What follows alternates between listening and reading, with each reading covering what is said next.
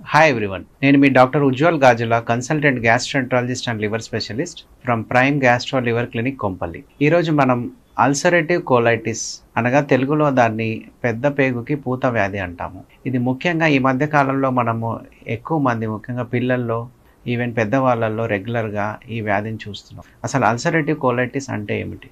So ముఖ్యంగా కొంతమందికి కొన్ని జన్యుపరమైన కారణాల వల్లనో, లేదంటే ఫుడ్ రిలేటెడ్ చేంజెస్ వల్లనో, లేదా ఒక్కొక్కసారి ఈ ప్లేసెస్ మార్పు వల్లనో కొంతమందికి పెద్ద పేగులో పుండ్లు లాంటివి ఫామ్ అవ్వడం, అంతేకాకుండా వాపు లాంటిది రావడం అనేది చూస్తుంటాం.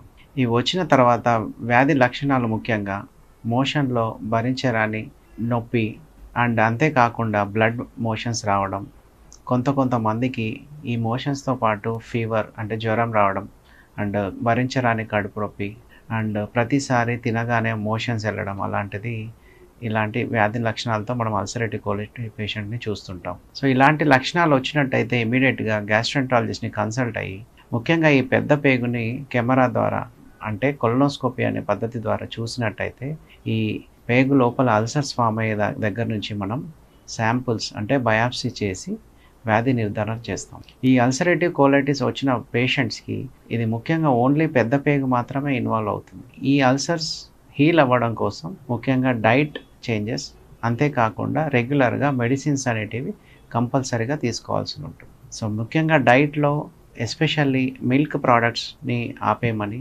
అంతేకాకుండా రెడ్ మీట్, ముఖ్యంగా మటన్ ఇలాంటి రెడ్ మీట్ని అవాయిడ్ చేయమని చెప్తుంటాం. ఇవే కాకుండా ప్రాసెస్డ్ ఫుడ్స్ అంటే ఏదైతే జంక్ ఫుడ్స్, బయట తినే బర్గర్, పిజ్జా అలాంటి ఫుడ్స్ని అవాయిడ్ చేయడం ఈ వ్యాధి ఉన్న వాళ్ళతో అవాయిడ్ చేయడం మంచిది.